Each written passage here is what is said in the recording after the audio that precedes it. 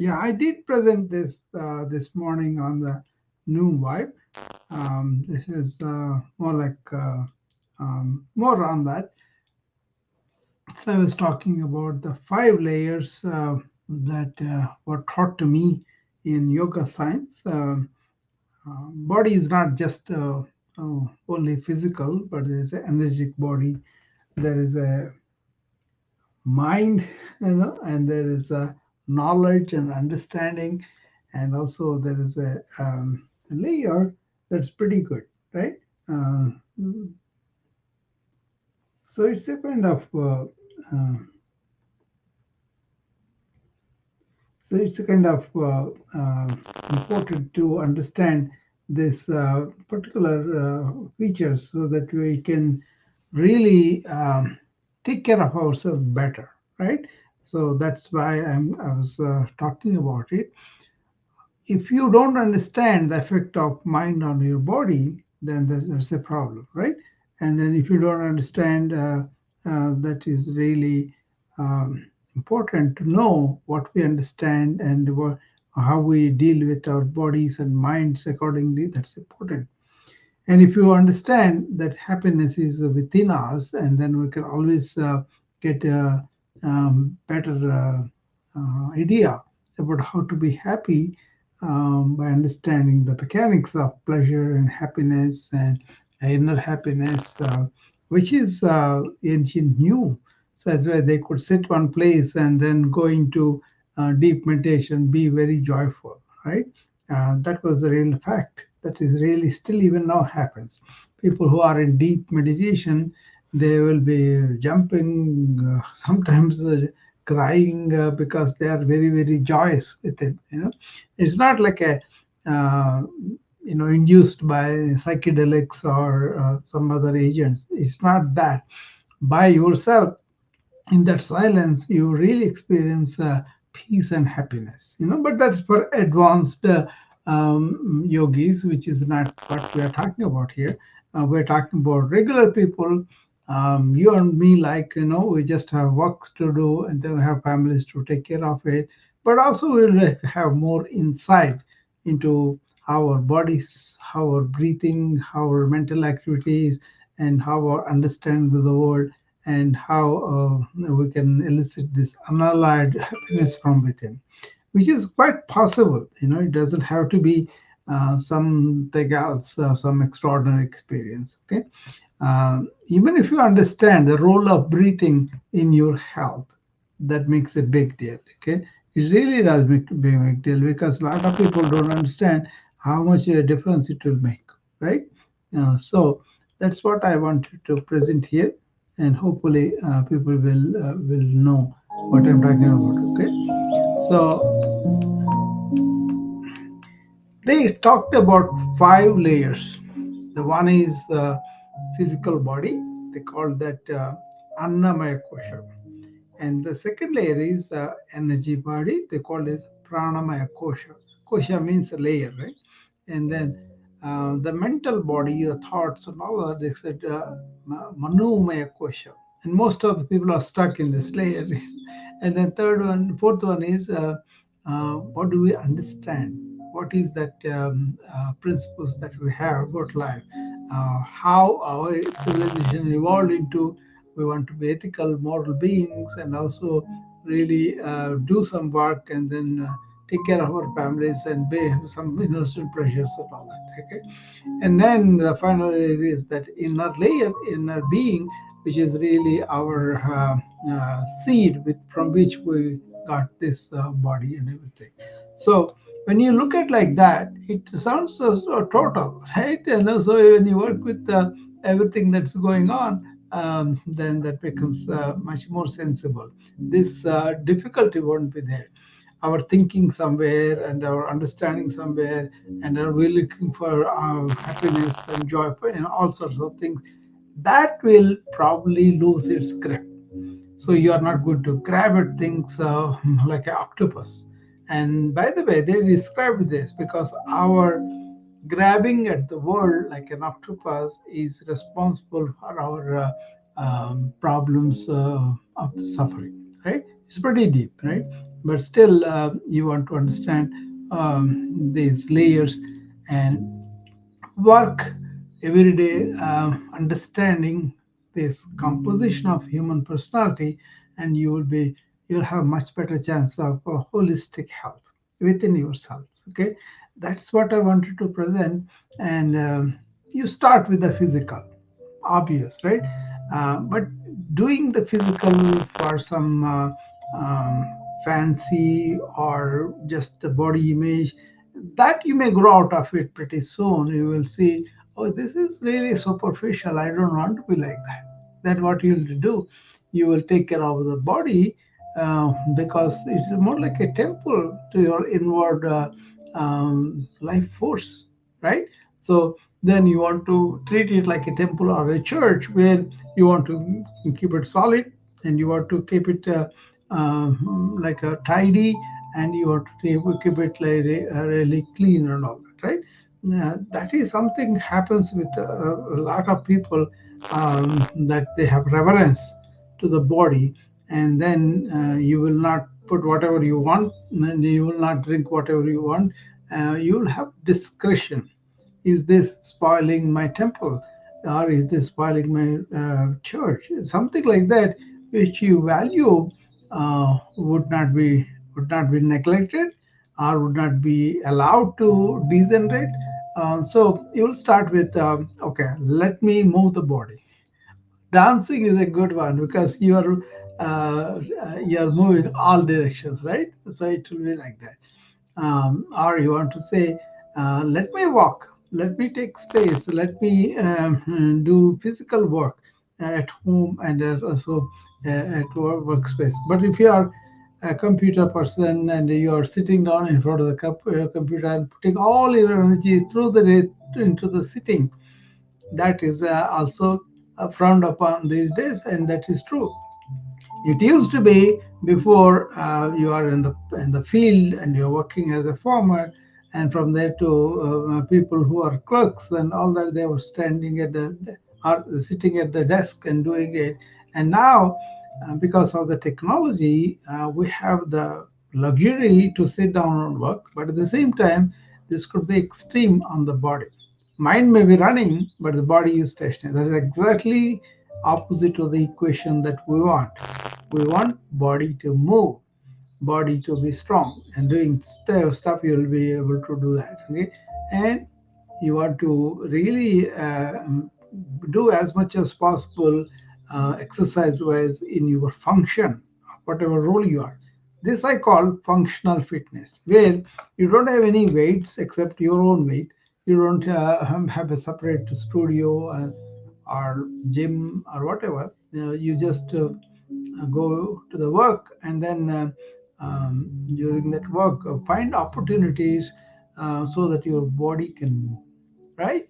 So that's what we want to do, you know. So this I talk a lot about. Whenever somebody comes to me, I'm stressed out.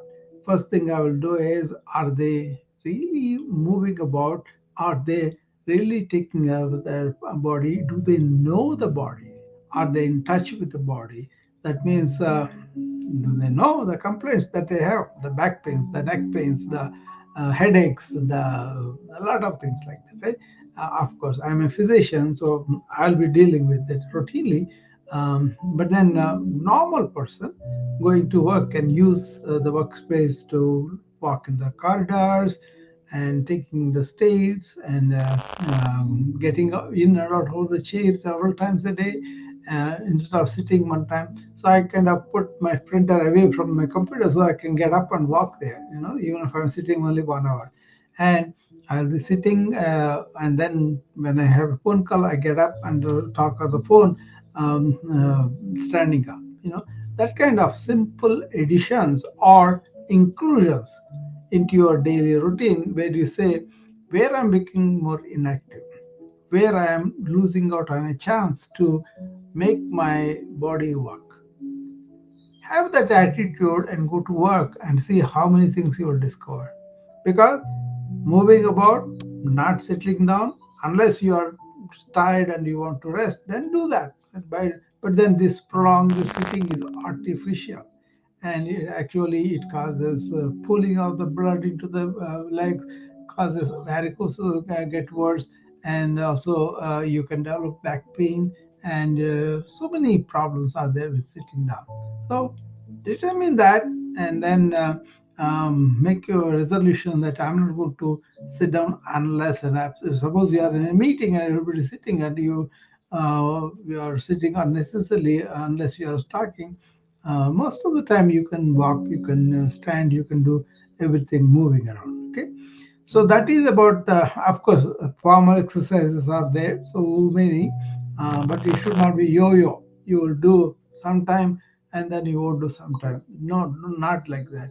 But you have a steady, commonsensical moving the body and making it strength, making it more uh, oxygenated, more energetic. Right? How do you do that?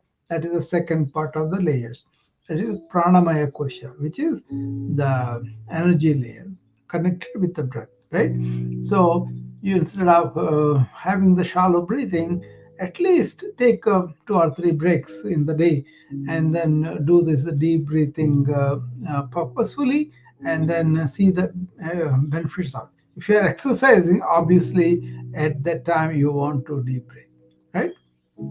After the second layer, third layer is that is a big one in this generation or every generation, because people think I am these thoughts, I am this image that the thoughts made. I am so and so ego, I am so and so personality, and I'm so and so thinking, so I'm going to think like this and keep my thinking like this and die with it, but that's a mistaken perception, being thought being the main thing, and we are our thoughts. No, thoughts happen to us. Thoughts want to come and go, so they are not really you. They are not there, but your real sense of I within is really you. To see that, you got to calm the mind. Okay, even to perform better, you don't want to mechanically use the mind continuously and make it, like a riot, really not there when you really want it. You may lose the memory, you may lose the imagination, you may really not using it as effectively as you would like to, right? So for that, breathing is very important for the mind. So when you breathe slowly and steadily, your focus will be better, and you are more energetic, and the brain also gets a lot of oxygen. All those things are good for your brain and the thought and the mind, right? There are discussions about mind being a term, but there's no such thing as mind, but the compilation of several thoughts. That's a deeper thing. We don't have to go into that. All you have to do is, am I thinking all the time, or am I giving it a break? So if you are always thinking, if you are always living in your head, then that's not good. Okay. What you want to do is you want to be in the present most of the time and pay attention to what you are doing, and then you kind of really give rest so that the brain can revamp itself and then be useful more. Otherwise, if you're constantly thinking is a mechanical thing, going on, going on, going on, that's going to break down. Okay, that is what happening with a lot of people. Information overload, brain fog, headaches, not able to eat, not able to sleep, not able to relate well. All these things are happening because people are really going down in their attention because the constant assault of notifications and distractions by the social media. We are allowing it. You can take control of that. Shut off the notifications. Just take the calls only certain time. Take the emails only certain time. I only see the emails that I want to see. Suppose if I'm working with a helper who is doing everything for me, I only look for his. Suppose I'm looking for the bank discussion or whatever, I only look for that. A lawyer, I only look for that. My children, my wife, if they have not with me and they are outside, then they can call me and then I'll pay attention to that. Or I'll emails from them, I'll pay attention to that. Say all things will come up if you mute your announcements, and then you can act if you want to. And my watch, if I am examining a patient, something comes up, I just look at the watch and I know it is a hospital, it is important or not. Then I choose to not answer. Hi, Doobie. So it's a kind of always thinking about how can I use this thought not cyclically but by choice, by intention. So this I call conscious thought. Do the thinking consciously. How often do you do? You just chat, you just talk and all that, and you'll be responding to the person and all. That's okay, but so lots of times we may be doing all that thinking for nothing, right? Especially when you are alone. Do you have a lot of thoughts coming into you and you don't have any control, or you are able to think intentionally, purposefully for what you are doing? And then more importantly, you are finished with it. Don't carry on in their mind, and then it's like what I describe as a rocker. If you are worried, if you are in cyclical thought, that means the thought is coming and coming, coming and going all the time. Then you say, okay, I'm stuck in this rocker, I'm going back and forth, but I'm not going anywhere. So don't have a cyclical thought like that. Have a be in awareness and use thought consciously. That's what I do. That's what I'm asking you to get trained and dump the old way of thinking, dump all the old thoughts, and then take the lessons of the past, but don't stuck in them and go and live in them. The same with the future also. So that is monomaya question. But this is the major problem for people. It's a unbalanced growth. Our bodies are neglected, but our minds are given a lot of whipping. Run, run, run, do, do, do. No, if you can stop it and be related with the nature, and when you are nature, just enjoy yourself. If you don't have any major problems, just enjoy. If you have major problems, go and attend to them. Don't go to a garden at the time. If you want relaxation, that's fine. Okay. And the fourth layer, we're coming to the fourth layer, that is the Vijnanamaya Kosha. That means, what is your concept of the world? What is the concept of the life? What is death? And all those things you may explore a lot or a little, but usually you will know what is the world made of, what are the people, what is the right way to behave, right way to ask, right way to have fun. All those things you have uh, discrete and is that you want to do temporary things or permanent things. You want to do something satisfying right now, or down the line it's good for you. Or if you want to do something trivial or something important to life. So it depends upon your acumen, your level of awakened state of what is what in life. A sage may say, I want to find the root of all this suffering, I want to relieve suffering. Or somebody may say, I want to really enjoy my life, make everything here. So it's all a spectrum differs, right? So accordingly, you will also take things like a monk can take a lot of suffering just closing his eyes, but you may not have been trained for that. So that understanding is what really guides you. It's like a light that is going to guide you towards your goals. Okay, and finally, this is important because the happiness is always within. We think the happiness is out there and we have to pursue it out there in things, in accumulations, in relationships, in so many things that are outside that are seen without thought.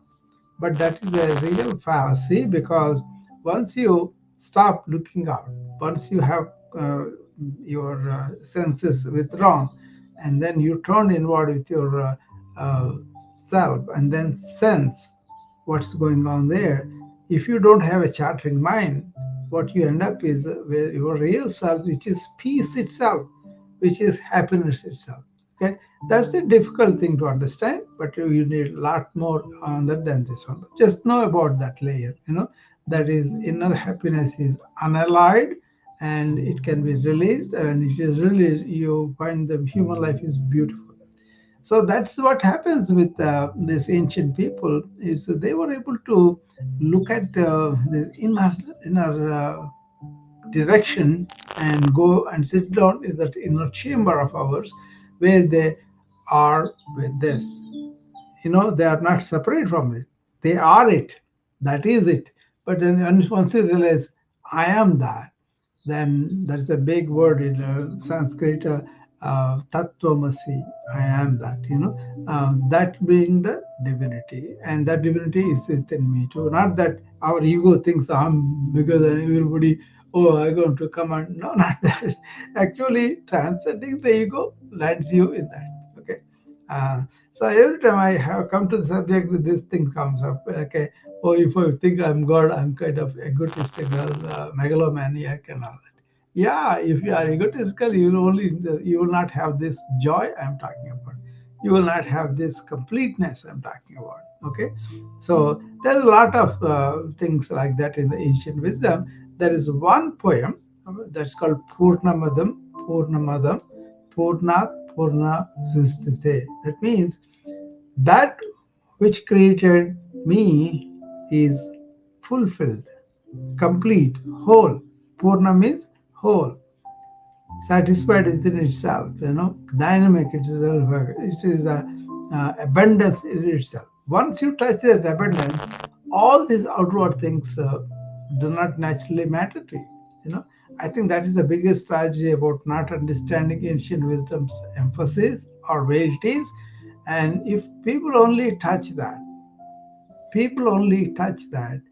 I guarantee you that they will go more towards that. No drugs, no smoking, no alcohol, but really related with the nature and everybody else, and also inner contentment and happiness forever, complete fulfillment forever. That is promise. It's not that easy to touch that, I guarantee you. But even if you do it for a few seconds in the morning, few seconds in the evening, you are blessed. You will live with such a satisfaction, such a real, compassion for people, kindness, and love, because you don't see them separate from you. They are all one. Okay, one energy. So, anybody wants to? Hi, Sonia. So, anybody wants to come up? Please come up, and I'll engage with you. Whatever you want to talk about. You want questions on this, or more details, or is there somewhere I skipped too fast? You can ask me that. Okay, if you like. No, of course, but if you like, you can come up and talk to me about that. Okay. Yeah, I thought Sonia will come up. That's good. Sonia heard these things before, probably. Hi. Around 3 minutes. How are you, Sonia? I'm great. I Good. was just thinking the other day of the practices that Yeah. started and with me a while back now, right? Yeah. A year and a half almost, Yeah. right? And You practices should since rejoin, then. because a lot of things will be more useful, because that layered approach, how I constructed that will be revealing to you as you go forward. It's not just a simple exercise. I keep on telling Yeah, people. So tell me, what are you doing now? I'm doing like a little more in terms of focused projects. Hmm. Just the things that I've been reviewing, of course, looking at the things that's really Hmm.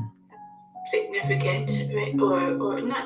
I wouldn't say significant, but it's makes you feel joy, right? Yeah. To do, and I think Yeah. I Yeah. tend to go towards more of that now, and of course doing everything like Yeah. what you just said, right? You It's mean your focus is very, very good, and then you are enjoying what you are doing, and yes. yeah, yeah. Now I can't say anything. No, no. What I I'm don't saying even is, know how to say it. I'm putting it for the audience. I know what you are going through. I know I've seen you, but the thing is, that requires some commitment and practicing daily instead of getting back into the rat race. You want to do things you want to do, and that makes meaning for you. And then done properly, they give you joy right there. You don't have to wait for it again. So No. yeah, I see that. Uh, Yeah. yeah, it's just like I just go out to the door and Yeah. I feel life, Dr. Yeah. Ram. And you watch the sunsets and sunshine. All those things are also important. Be close Yeah, to the nature. Yeah. yeah, that was the practice Yeah. that was I used to do, but now I don't need to even You go to know the what sun. happens to me, Sonia, with that nature watching? I'm always watching. Yeah. I'll be driving in Chicago, Yeah, but I'm in that's true.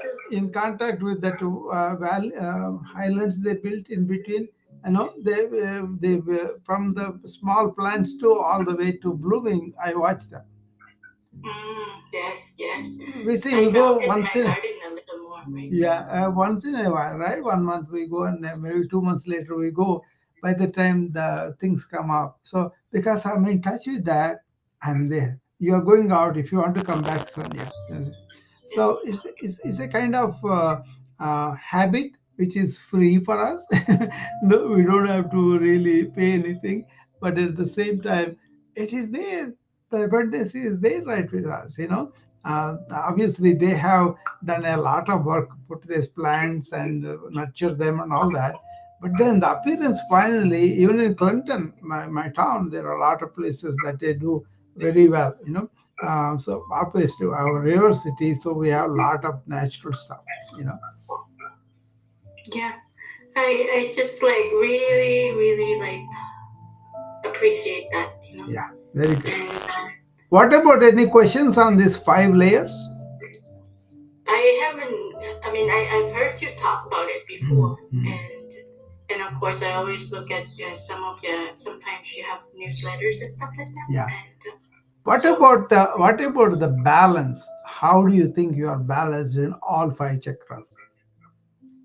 the part that's really interesting is that I don't feel like Mm. the, I used to be feeling really angry and all the time. I don't feel that anymore, Dr. Rao.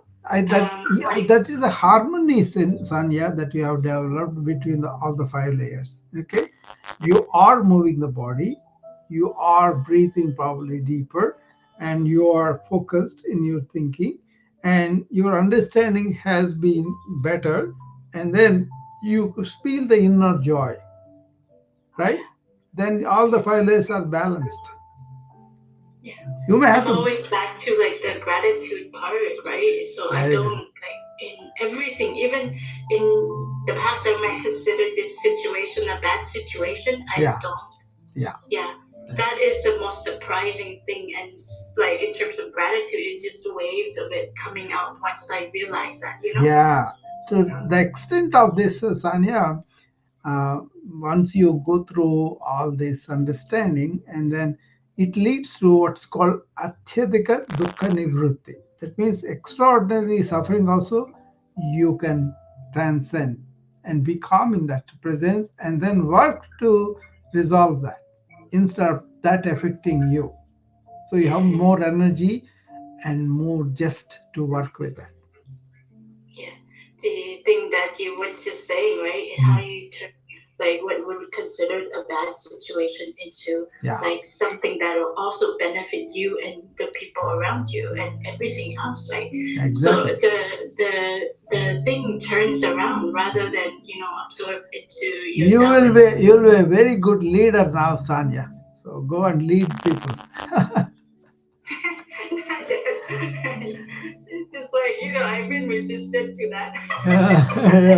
Yeah, because I'm such a shy person in the back, and I yeah, come to wisdom to practice. yeah, this is true. That is true because this is social media. You want to be social here, right? Okay. So Sanya was, progressing well, and she's enjoying her life. I'm very happy for her. But when she practiced, it was not just a physical practice. I told her right in the beginning, there are layered approaches to my practice, and what I incorporated there actually starts with awareness.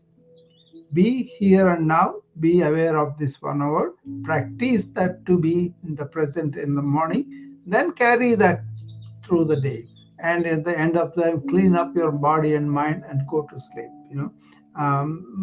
One thing I saw Sanya doing is she kind of paid attention to the anger that she comes in. I told her to be aware of it. Then she was aware of it, and she found the anger going down, and now she's telling me she doesn't feel anger anymore. That's a very good thing. And she seems to be more in touch with the nature and more in touch with what she is doing and enjoying what she is doing. So I think some balance of all the layers I talked about is there, but moving the body, keeping the mind silent, and taking deep breaths, and developing the perspective, and also going for the inner happiness. These are all commonly people can do, and they can realize them. Pretty good. Okay, if only you want that way. Otherwise, you want to be doing stuff all the time and then spoiling the body, not eating, not taking breaths and all that. That's your choice, but I don't think you need it. That is the proactive wellness I'm talking about. Plan things proactively. Be aware of what is wellness. How can I be? My wellness definition is you should have a body that is strong, flexible, and highly energetic. As far as the mind is concerned, you should be having a present mind, in the present, aware, alert, and really dump the old things, accept the learned lessons. Don't keep the mind occupied with all sorts of past things, hurts and all those things. And also, don't look forward into the future. Just be here and now. Then you are not too in the head. You can focus better, you can concentrate better, you can do stuff. What you do well today will affect you tomorrow. You can have a brainstorm, you can plan everything, but when you are doing that whole thing, don't be focused on the goal, but on the process, what you are doing, and do that properly.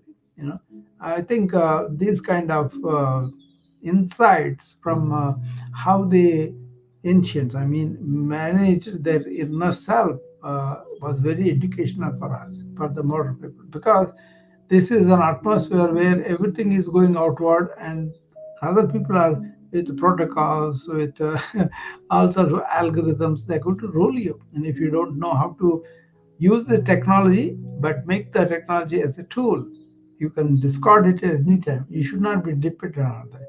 I'm doing the courses like that with people. One retreat is coming on April 20th, 21st, I think. 2 days I'm doing. What I'm doing there is, this is information age. So much of technology is coming up. Let us embrace it, use it, and then say, okay, what are the things from the ancients, from the yesteryear, that we could use to help our being with him, right? You can do the stuff very quickly. I'm doing stuff pretty fast because I put some time into learning AI, the tools that I need for the writing, for the speeches, for the courses, and all that I'm doing very, very fast. That's very good. As a matter of a couple of days ago, I talked about what's called satsang in ancient time. This is about gathering people like this, and we want to find out something. We want to know the truth of it, and that's why they came unannounced. They came never telling who they are. Completely opposite to a business meeting. Okay, but they are there to explore into the truth from their own perspective, from their own head too. So no arguments, but just exploration of the truth. That is we can do in the social media. Okay, that's why please go and read that in my LinkedIn articles. I publish articles there, so if you want, you can take a look at it, under my name, Rao Kulusu, which is there. And once you read that, then you understand we can use the same social media that we are talking about, like is a gossip, it has no use and all that, can be purposeful. Like here, why I come here, even though I don't get much support from the administration of this app or anybody. I come because this is a medium. I can help people to know my ideas. Don't believe me, test it out, and then do it. So that itself is enough. That's why I'm coming and trying to contribute whatever I can contribute. Even the coaches and all of them I see, I'm really delighted to see them that they are trying to do the wellness, spreading the wellness message. Okay? That's why I come and do that. That's like coming for the sharing and caring and giving what we is working with us, what we understand, and all. That can be challenged. That can be done not this personal information, but more like a for the validity of it, for scientific basis of it, for good information or fake information. That kind of thing we can really talk about civil, but not this in the clubhouse. Sometimes I see people are fighting with each other because they want to, impose the ego on other. But in satsang, it's not about the ego. It's about the truth and how they can investigate. That's the same principle I want to bring it to many of me meetings, which I do. We have to measure up to it, but then we have to withstand everybody talking like that. So anyway, with that, anybody else want to come up and ask me questions or doubts? Otherwise, I'll close it in a couple of minutes. Tomorrow morning, again, I am coming with the proactive wellness at 7 Central for half an hour to 45 minutes. Tomorrow, I'll be going to the next topic in our series. Today, we did the 5 layers. Tomorrow, we will do mind body connection, how significant it is, how you can make your mind your enemy or your good friend. Okay, so there will be some practical tips I am going to give to you. That way, you can move the body and keep the mind silent, but at the same time, mind can be focused and very sharp, very knowledgeable about things, and bring it up when you need it. Okay, but don't make the problems of the body worse by having a mind that is constantly chattering. Okay, that also happens to people, right? That is a psychosomatic illness, we call it, because some people take it easy when they have an illness, or they take it as a matter of fact and then we get over quickly, where other people, even though illness is small, they can make it worse by thinking about it, worrying about it, and then secreting a lot of stress hormones. So mind body connection is tomorrow morning's topic in the proactive wellness series, I think. Okay, and I will see you then. Bye bye.